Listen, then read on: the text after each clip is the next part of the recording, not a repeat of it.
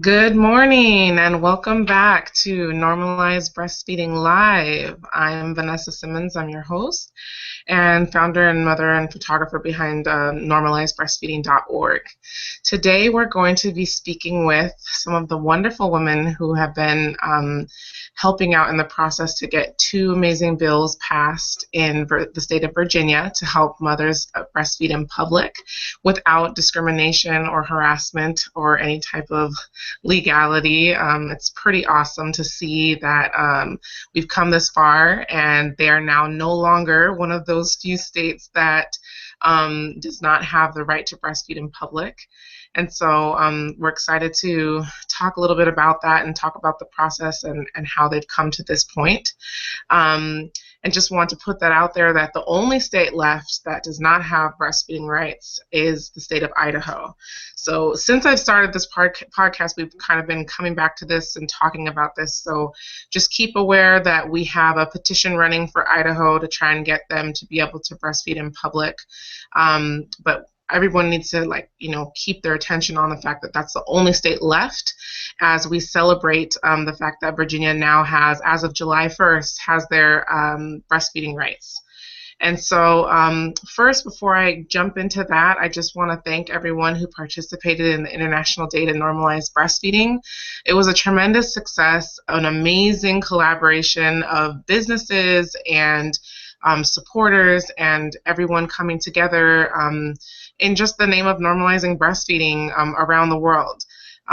Today, which has been now a week from the day, has actually been, or 2 weeks from the day, has actually been, we're still getting people posting on the event from countries all around the world. It's so cool to just go back and kind of like look at it and see what's happening, and it's pretty amazing. So if you haven't had a chance to check it out yet, you can still find it on Facebook or even in your Google search. If you just type in International Day to Normalize Breastfeeding, you'll be able to find it there. A quick update about an upcoming event that we have going on. We are going to be doing a general event for the month of August, which is National Breastfeeding Awareness Month. You can find our event under that title. But you can also find something very cool that we're doing in correspondence with International Day to Normalize Breastfeeding. So we've started a new proclamation. We haven't gotten it approved yet, but we're pushing for it in pretty much all of the states to have Breastfeeding Law Awareness Day.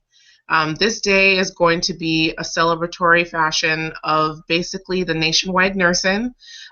So it will not be a peaceful awareness day. It will more be like a photography type of event where we're asking photographers that are in your state capital to host an event to photograph a group of breastfeeding moms at the state capitol building. So if you're a photographer and you want to get involved, definitely check out that event on Facebook, Breastfeeding Law Awareness Day. And we're basically doing kind of the same thing. We've used kind of the template from International Day to Normalize Breastfeeding to now set up this new day that we're trying to instill. And so it will happen to be on August 10th. Which is a Monday, so it might be difficult for some people to get out during the work week, but this is a better day to try and make more of our presence known at the state capitol buildings because we will have the opportunity to actually be in front of lawmakers as opposed to like on a weekend. So we're just asking that, if you can get time off, great. Try to find a photographer in your area to host your local event and to co-host our event so that we can spread the word. And basically what we'll end up doing is just pretty much bombing social media, Facebook, Twitter, Instagram with images from moms breastfeeding at their state capitol in order to bring awareness to the breastfeeding laws. And we're asking moms to share little memes and supporters of breastfeeding moms to breastfeed in public and also to pump at work. This is like a dual thing. So I really wanted to bring in the working moms and say, if you're pumping at work, this is a very important day for you as well, for you to be able to kind of make your statement that you have the right to pump for your baby or your toddler or your child at work. And so check it out on Facebook. I'll probably show you a little bit more about it after we're done. We're going to go ahead and get ready to get into our segment here. So today we have with us Kate Noon, we have Jill Delorenzo, and we have Krista McCullough. And I just want to thank all of you wonderful ladies for being with us today. I'm going to just set up something that I didn't have a chance to do at the last minute because I was basically trying to put my son down. We're potty training and breastfeeding, and everything is crazy right now. So he was up like an hour before I was supposed to be up, and he kept me up past the time we were supposed to get started. So I didn't have too much time to get everything set up. But I think that we should be good. So I'm going to go ahead and go live to Kate Noon. And you can go ahead and unmute yourself, Kate. I just wanted to speak with you a little bit about how the process got started, and then we're going to jump over to Crystal and Jill to talk about their breastfeeding incidents. But just tell me a little bit about kind of how this all got started and what led you to think, well, maybe we should put in a bill and try to get these laws passed. Okay, thank you, Vanessa. Can you hear me okay? Yes. You can hear me? Okay. I mean, from my perspective, my oldest is 11. I always knew since she was an infant that the Virginia law was not sufficient, that it was very narrowly written, and that women were only protected on state property in Virginia, which made our law unique compared to some other laws in other states where it's more in line with what we have now. So I was always aware of that, and always had this, not always, but occasionally had the thought of, I wish someone would change that. Why is it still the same? And then finally realized, well, no one's going to do it, and we could do it. No one's attempted it. And last summer, in July of 2014, a law went into effect in Virginia that increased pumping protections for women who work or teach or are students in the public school system. And when I saw that go through, not unanimously, but I think there were like 9 votes against it in the House and maybe a couple in the Senate. But it was broadly supported, and it went through. And when I saw that go through, I thought, wow, maybe there's an opportunity here to finally get a better public breastfeeding law. And that bill was carried by Delegate Jennifer McClellan, who I had reached out to later that summer last year and said, appreciate the work you did on the pumping law. We're one of 3 states that doesn't have this public protection. And I think for her and for anyone else in the legislature that heard that figure, that we're one of 3, that was very compelling. It made it an easy sell. Delegate McClellan herself is a mother. She just had a second baby this past May, so she's excited that she can fully take advantage of our new law personally. But so it was an easy sell to her.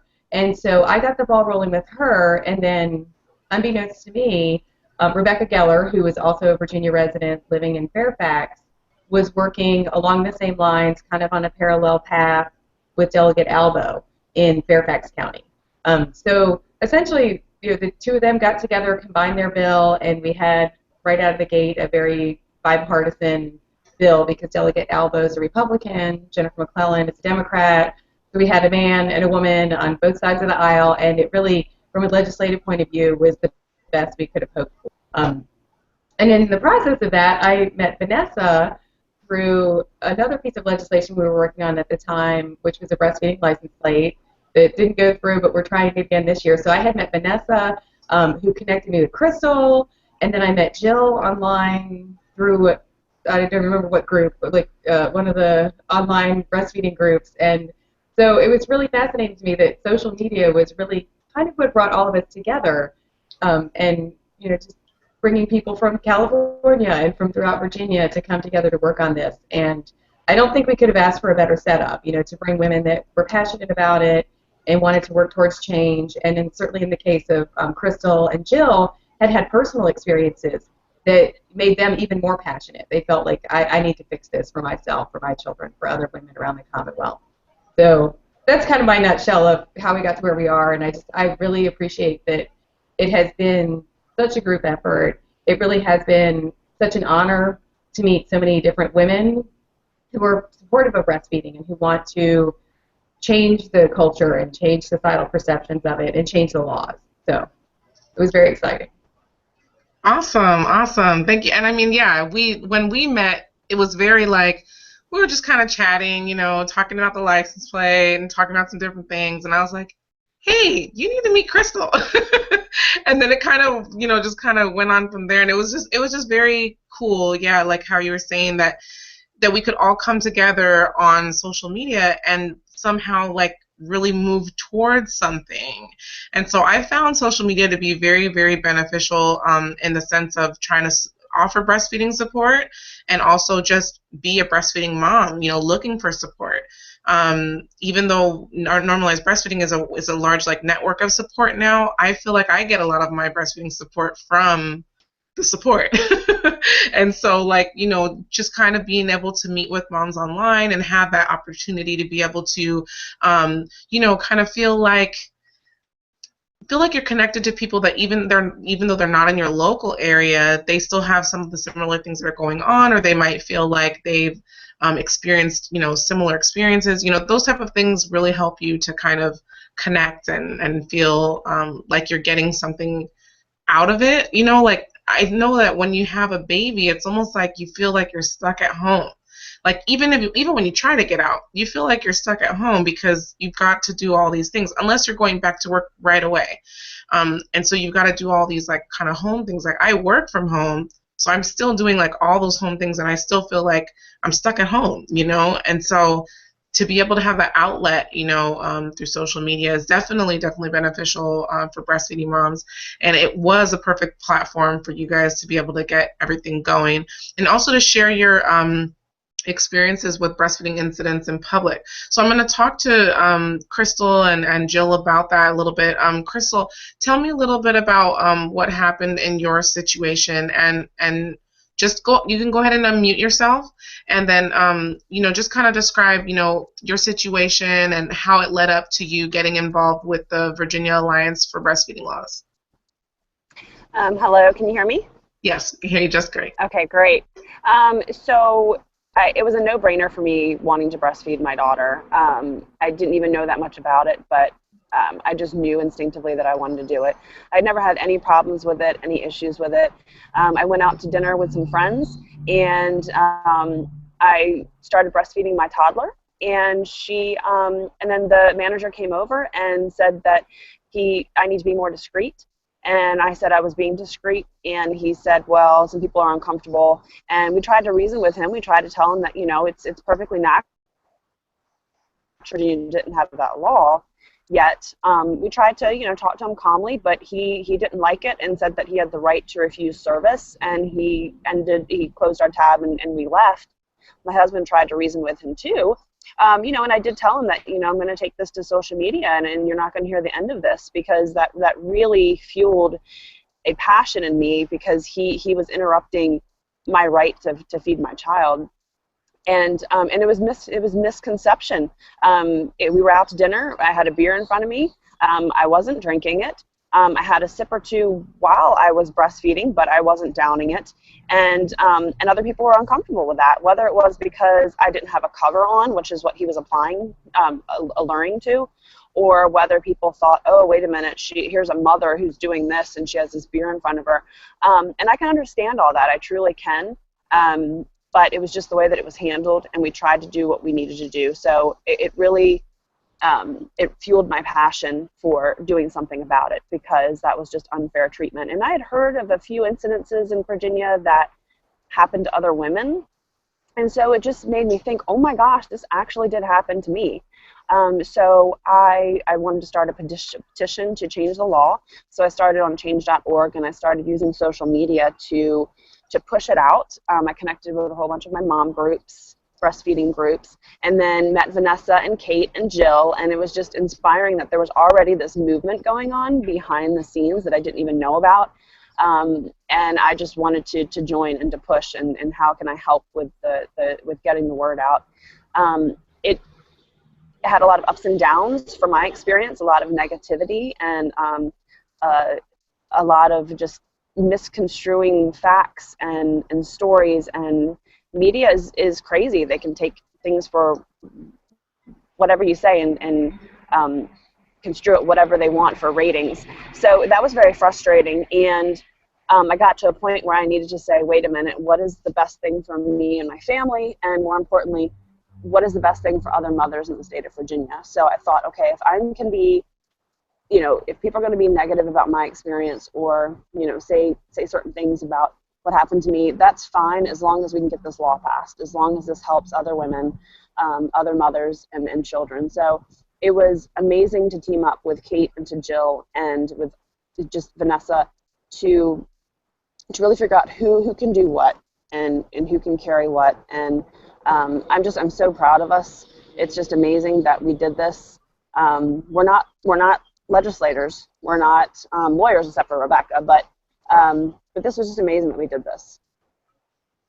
It really was. It really was. And I'm glad to have you on today. You know, it's important to hear these type of stories and to really be able to see, you know, what happens with, you know, when an actual breastfeeding incident happens, to actually see the real person, not just see it on a screen and read the story and keep on moving, you know, but you're a real person. This has affected your life, you know.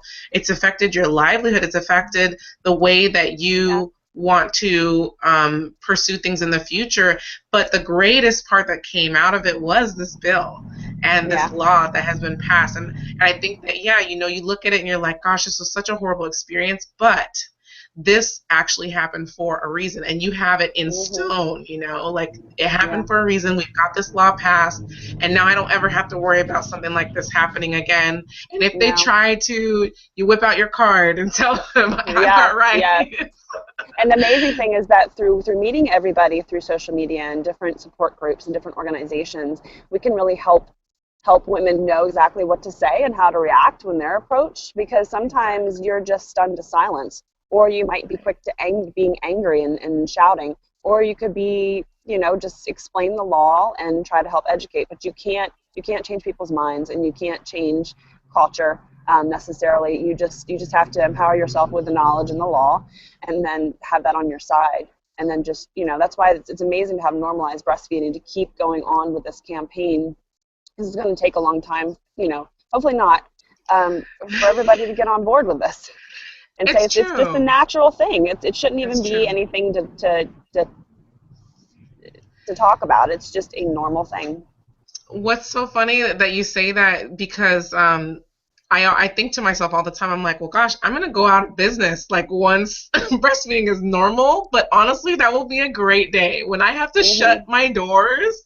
That will be amazing. Like, then I can say, okay, job well done, Vanessa. We've done it. We don't have to worry about this anymore, you know. And so it's actually, you know, it's funny, like when we were doing International Day to Normalize Breastfeeding, a man who supports breastfeeding posted on the event wall, and he said, shouldn't we be renormalizing breastfeeding? And I was like, yes, it's so true. You know, we should be renormalizing it in the effort to, you know, make it normal again. But the problem is, it's so far from our culture that it's not normal at all. So we have to normalize it, you know. But I love that he made that comment, and I felt like, you know, this is exactly the point. If we can get to this point where we don't have to say normalize breastfeeding or hashtag normalize breastfeeding anymore, then it's a great day in America. Seriously. And it's great that we can keep pushing now for other laws, just like Kate was saying, like, okay, well, this session, what can we build upon? And we've got this law passed, what else can we do? Exactly. And I think that Kate was smart in the sense of, like, I know she had told me she didn't want to, like, bog down the lawmakers with a bunch of different bills and, like, get them all passed at the same time. It was like, let's just focus on one at a time. Let's get them done one at a time. If we can just get this one, then we can lead to the next one, and then we can lead to the next one. So to be able to see, you know, the process, and I mean, I was telling her, I was like, I don't know anything about this type of stuff. You guide me, lead me, show me what I need to know so that I can properly portray that information to the public, because I think the general public doesn't really understand, you know, the process of putting making a bill into a law. And so, and even submitting a bill, I mean, it's one of those things that if you don't already have that type of experience, it can be very far-fetched for a lot of people. And I think that's what we need really in Idaho to help them, is to get people like, you know, like Kate, like Rebecca, like people who have helped with the actual, like, Yeah. process of the laws, like helping there, even if it's digitally, Google Hangouts or whatever, to try and get them to be able to work alongside like Amy Miller and Corey. I'm trying to remember her last name. There's another woman, Corey. She's working with the Breastfeeding Coalition. Yes, thank you so much. And so, yeah, I haven't actually met her personally, and I'm not connected with her, so I didn't have her last name like locked into my into my mind. But yeah, she's doing a lot with the Breastfeeding Coalition there and trying to get things going for the law. But I know that she probably feels like a lone soldier, in the sense that like, they don't have a law and there's not too much opportunity to get the law passed, because I guess maybe it was them who they had already tried to put the bill through and it didn't get any attention, and so it's kind of like, you can feel kind of set back and you can feel kind of like you didn't make any progress. But I definitely think that all of us coming together is making a bigger statement and a bigger mark on our culture, on our society. The fact that you're hearing about breastfeeding in the media almost all the time now. I mean, it's amazing. It's really amazing. And I keep telling people, thank the people who are writing these articles that are positive. Thank the people who are getting moms on TV and talking about their situation or asking them if they think it's normal or whatever. Thank the celebrities that are putting themselves out there that don't have to, putting their selfies out there and all of that, or breastfeeds out there and all of that. They don't have to do that, but they are, and it's helping us as average moms to be able to take a step forward. So thank you so much for sharing your story, Crystal. I'm gonna I want to ask you guys both. I was gonna say, Kate, go ahead and unmute yourself. I just wanted to ask Kate really quickly. So tell me about well, let's talk about kind of like what happened when everything kind of started like going full force. So you were going to the state capitol almost every other day, right, to speak with these different legislators, and just tell me a little bit about that. Yeah. In the beginning, our session started January 9th or 10th, and I was going pretty much every day.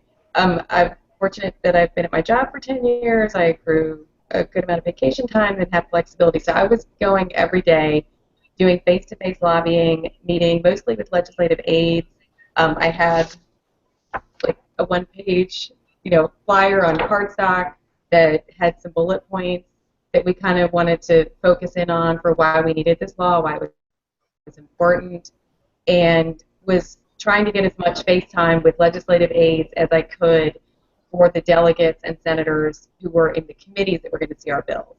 Because you first have to make it through a subcommittee and then a committee, and then it goes to the full House or Senate. And so it's a long process and it's involved. And so I was able to do the face-to-face and do some very targeted meetings with people who were going to be the first ones to have a chance to vote on our bill. And then through social media, I was able to put out to our group, which is just a Facebook group that we just, I created and kind of grew and grew, put out to them the names and phone numbers of the committee members and encourage people all throughout the state to make those phone calls. And that was another way in which moms who didn't live in the Capitol, I mean, I live in Richmond, I've been involved in lots of other legislative efforts and activism, so I feel very privileged that I can easily access the Capitol. But for people like Jill and Rebecca and Crystal who are out of state or out of the area, it's a lot, especially when you're a mom, to think, let me travel in and try to be involved in this. So the online aspect gave people a chance to call their representatives and keep the phones ringing and do emails. A critical piece of this really was people like Crystal and Jill and a handful of other women around the state who put their stories into writing. And so then when I met with people, I was able to provide them with a printout from the email they sent me of this is the story of a woman in your district, and get them to understand that this happens more than you think. For us who are involved in the breastfeeding world, you see it every day. There's a new incident in all these states that already have laws. There are incidents in England and Australia, all kinds of places. And but to them, they didn't realize this was a problem. So it really was important that we had those stories. And you know, Crystal talked about how the negativity and the media scrutiny, and you know, there's a price to that. And so my hat has been and is totally off to them for, you know, putting themselves out there and sharing those stories, because what we know is that there are so many women who encounter issues like this and they just shrink away. They don't share their story. They're discouraged. They might stop going out and nursing in public because of it. Exactly. And so it really takes someone special to stand up and share their story and put themselves and their family in their community on the line, like Crystal and Jill did, and numerous other women in Virginia and far beyond. So that was a critical piece, was getting those people to share their stories and showing the legislators that there really is a need for this bill. It seems common sense. It is common sense, and let's just do it. So that made a big difference in terms of getting them on board and getting their votes. And for the women who, you know, were just on our Facebook group and following along from their computers, it really empowered them and gave them a way to be involved in the process from home. You know, to pick up their phone and call their legislator and say, hey, this bill's coming up in committee. This is why it's important to me. This is why it's important to my family.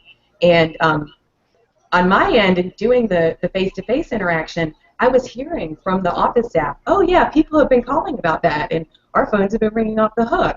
And that really helped us, because the General Assembly sees thousands of bills each session. I can't remember. I kind of counted it up this session. I want to say it was between 2,000 and 3,000. So there are a lot of bills. And if you don't do something to draw attention to your bill, it's easy for people to not pay attention and vote against it, because none of their voters don't know. Calling. Right, so when right. They're getting calls from people in their district voting, that's important. So, and that was exciting to see other women engaged in the process. Awesome. So Jill just popped back on. We're going to get her and then try and get her interviewed really quick. Kate, you can go ahead and mute yourself. And Jill, oh, you've already gone ahead and done it. You guys are awesome, man. You guys are on top of it. So Jill, tell me a little bit about your breastfeeding incident, so we can kind of chat a little bit about that. Oh my goodness, I feel like I've told this story so many times. Have you told it on a live podcast, though? Have you done that yet? I don't think so, no. Awesome. Yeah, the whole new audience, right? Okay, so I'm Jill Delorenzo, and you might have heard me from my story back in September, almost a year ago now, wow. My family and I were members at a local gym. My children were paid members of the child care there. And after I'd done my workout and taken my shower, I sat and nursed my kids just like always. And believe it or not, it was my very first day back at the gym and my first day back by myself. Well, not at the gym, but it was my first day by myself without any help. So, yeah, it was a pretty crazy day. What all happened? Okay, so I was sitting in the lobby area, which is in between, if you can imagine, like the check-in area, and also there's a snack bar there, and also, yeah, I'm going to go into a different room if you don't mind, or somewhere. Are you leaving them in here? Or Yeah, I don't know. I'm in the process. I'm in the middle of a podcast. It's okay. No worries. You know we're relaxed here. No worries. Yeah, we're all relaxed. Yeah, so then, story. So that's where I was situated. I know, it's purple, right, Simon? It's purple. We got more people coming. I'm going to have to pop off, and I'll finish my story in just a minute. Okay. Because or you can just go ahead and block your video. Yeah, go ahead and block your video. Yeah, so that way you don't have to see everything going around. There we go, perfect. All right, awesome.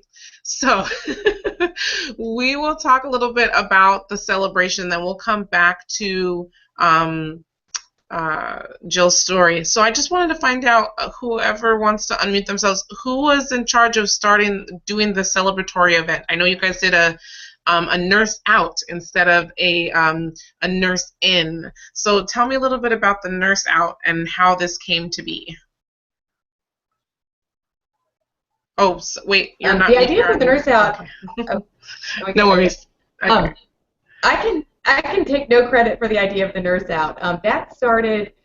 I don't know. Maybe people in other areas were thinking about it. We were certainly thinking about it in Richmond, but hadn't gotten anything planned. A group in Charlottesville, which is about an hour west of where I am, they organized a nurse out, and they were calling it a nurse out because, you know, it wasn't a nurse in because it wasn't a form of protest. It was a nurse out to show that we've accomplished this, we're proud, we're going to celebrate.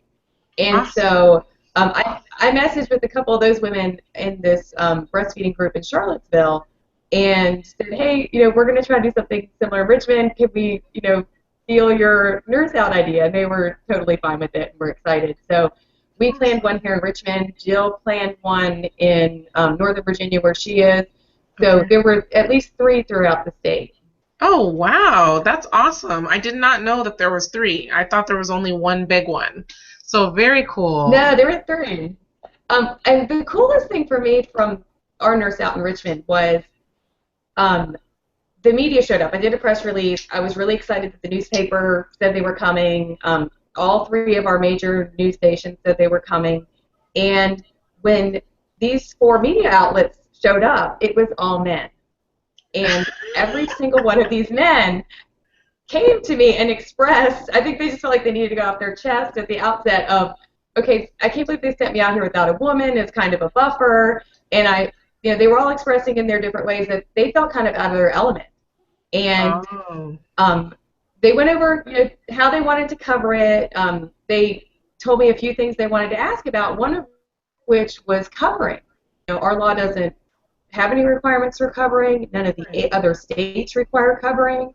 That particular day, it was in the 90s, and it was hot and humid. And so we were able to talk through the fact that, you know, no one wants to be covered in heat like this. It's really not healthy for a baby.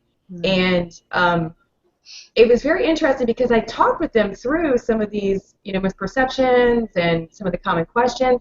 One of the guys actually said to me, when I was told I got this assignment, I wasn't sure if I should be grossed out or sexually intrigued.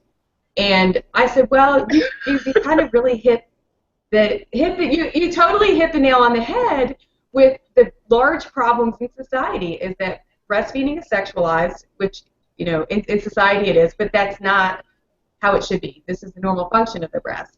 And again, in terms of being grossed out, you know, this is what our bodies were designed for. And so I talked with him through it, and he got it.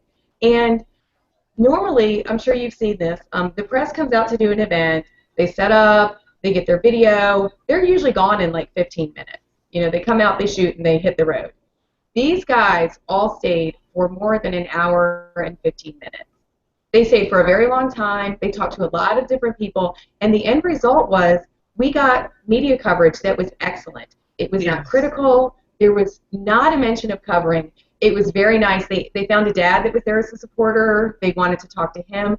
And I really feel like because myself and some of the other women who were there spent our time with these reporters and camera guys normalizing breastfeeding, we got really good coverage. So it was really cool because, you know, I don't think it turned out for them like they expected. And I was, again, blown away that they spent so much time at our event because that's really not typical for a news crew to stay that long.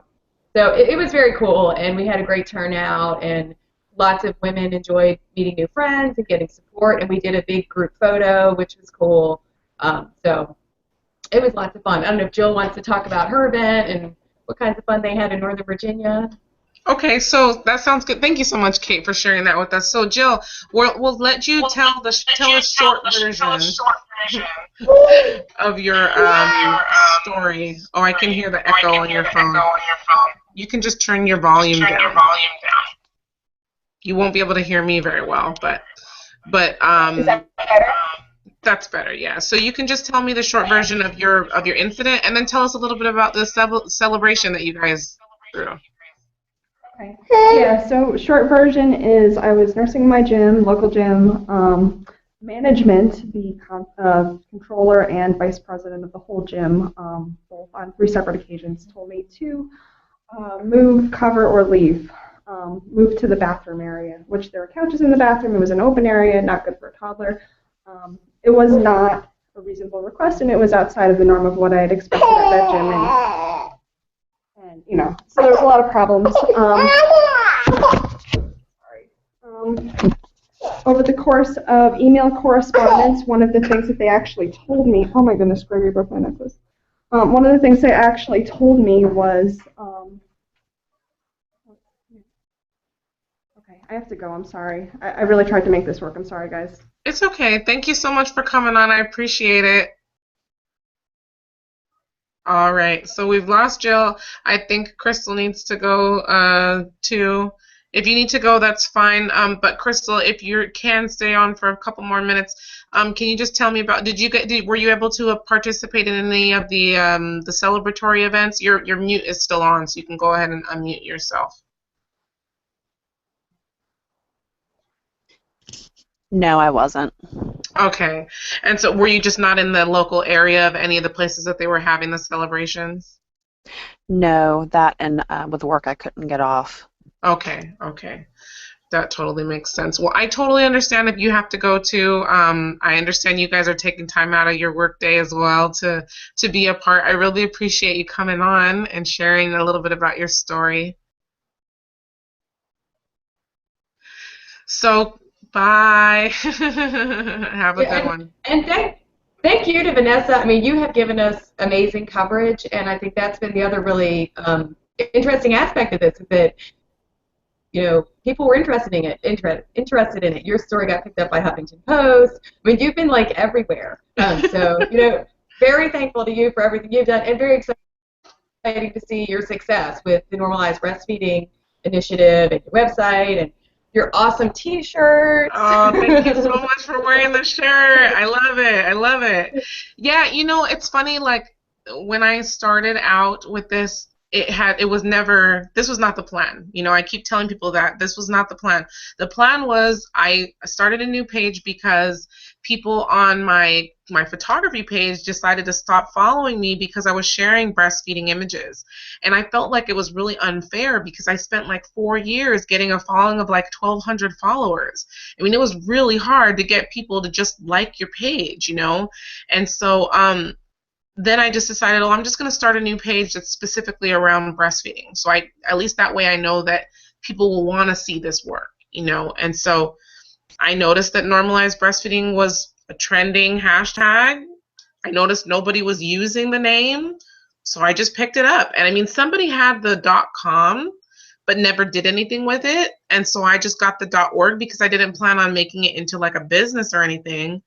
And just ran with it. I mean, it was just really like something very like, it was not planned at all. And once I started sharing photos, then I started having moms wanting to share their photos, and then I had photographers wanting to share their photos, and then I started writing about the stuff that was really concerning to me, you know, on the blog.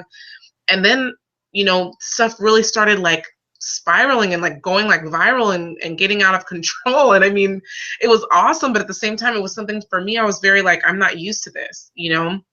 And so once, you know, things started kind of picking up that way, I just felt like, not that the blog was not powerful enough, but I felt like these type of situations, like being able to communicate with each other and talk on a live chat video, like being able to really discuss things as opposed to just things being like a one-sided, like my coverage of an event or my coverage of a situation.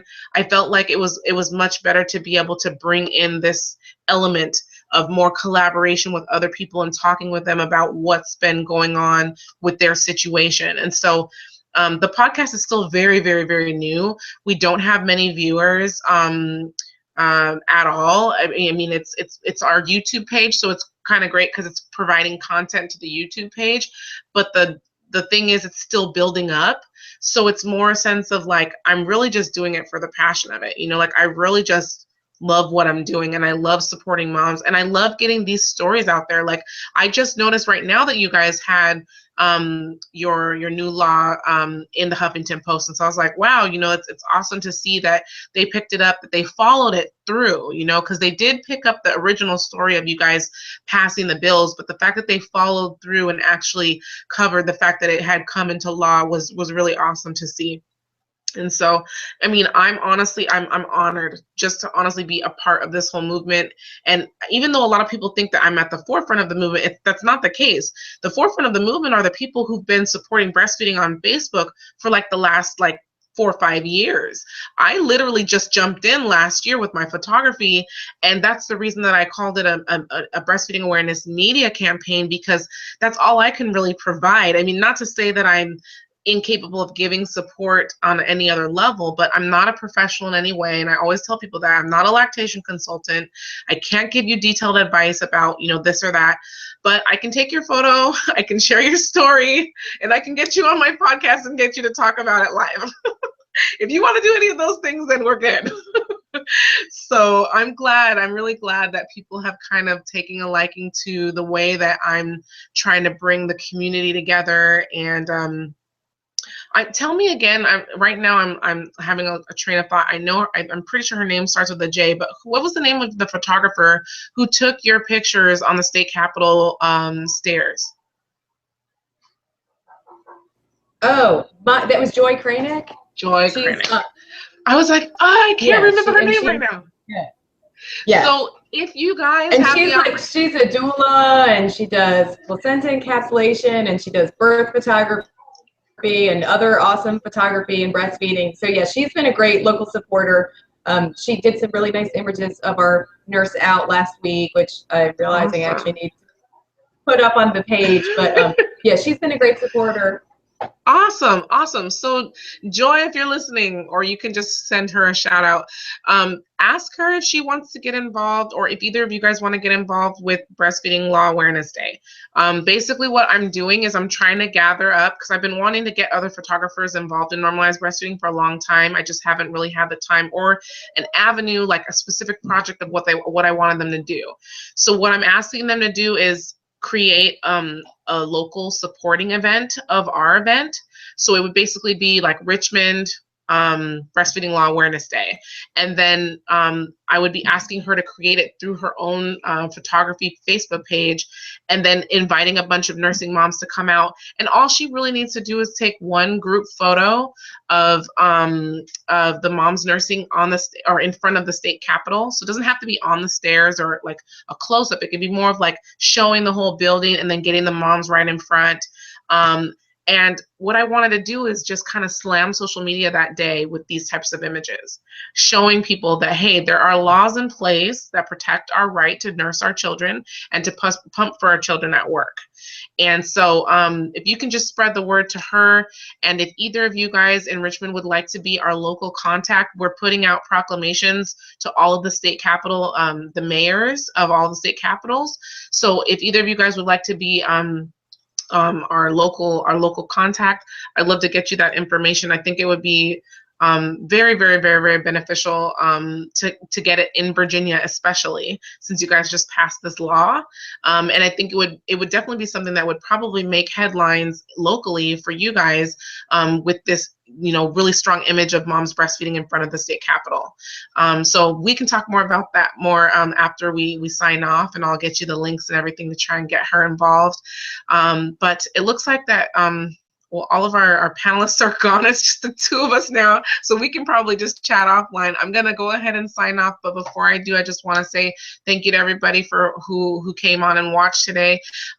We will be having some more podcasts coming up, and I'm trying to line them up in a specific event so you can find them all in one place. So just bear with me, and make sure you go and join Breastfeeding Law Awareness Day on Facebook, and also make sure that you join National Breastfeeding Awareness Month so you can keep up with us. We're going to be discussing World Breastfeeding Week. We're going to be discussing Breastfeeding Law Awareness Day, and also normalizing donor milk, and also Black Breastfeeding Week, which is the last week of the month. So definitely get in touch with us and stay up on the podcast, and find us on Facebook so that you can follow along with more of the events that we're doing. And we will have another t-shirt coming out that will be specifically for Breastfeeding Law Awareness Day with the new memes that we have out. I'm working on the design at the moment. So as soon as we have them out, we will definitely put them up on our Bonfire Funds page. Right now we've shut down all of the pledge t-shirts just because it's one of those type of sales where we have to sell them all together. So when they're split up, we actually don't get as much donation as we would get if they were all sold in a bunch. So all of your donations are proudly going to sponsoring the tour to normalize breastfeeding, the meetup tour. So I'll be traveling to our different local groups and documenting families in their local areas and having the opportunity to meet with our moms that are local, and just have a chance to get to know people in person. I think it's going to be pretty awesome. And hopefully we can get Virginia on the list. Right now, I'm going to be in Sacramento the first week on August 11th, well, August 10th for Breastfeeding Law Awareness Day. And August 11th, is speaking at the Breastfeeding Consortium in Stockton, and I'm going to be trying to be in Atlanta, Georgia, the last week of August for Black Breastfeeding Week, and then I'm also going to be in Detroit, Michigan, in October for the Black Mothers Breastfeeding Association Summit. I'll be speaking there as well. So, and the places that I'm going to speak are pretty much now the places that I'm going to tour. Just makes it easier to kind of kill two birds with one stone. So if Virginia has anything coming up, Kate, definitely keep me in mind. I'd love to come out. I'd love to be a part, and I'd love to set up. I know we have a group in Virginia. It's not in Richmond, but I know that we have a group there, and so I definitely want to be able to come out, even if it's to Richmond. However we can get something set up, I'd love to do that. So yeah, I'm just going to go ahead and sign off now. Thank you everybody for watching, and thank you so much, Kate, for coming on. I appreciate it. You've been so awesome throughout this whole process, and it's been awesome getting to know you. Thank you. Thank you for everything you do. I know we have to meet in person one day. We have to. So Definitely, we'll work definitely. on that. All right, cool. All right, guys. Well, we're Thank going to be you. signing off now, and hope you guys have a good rest of your weekend. All right, bye-bye.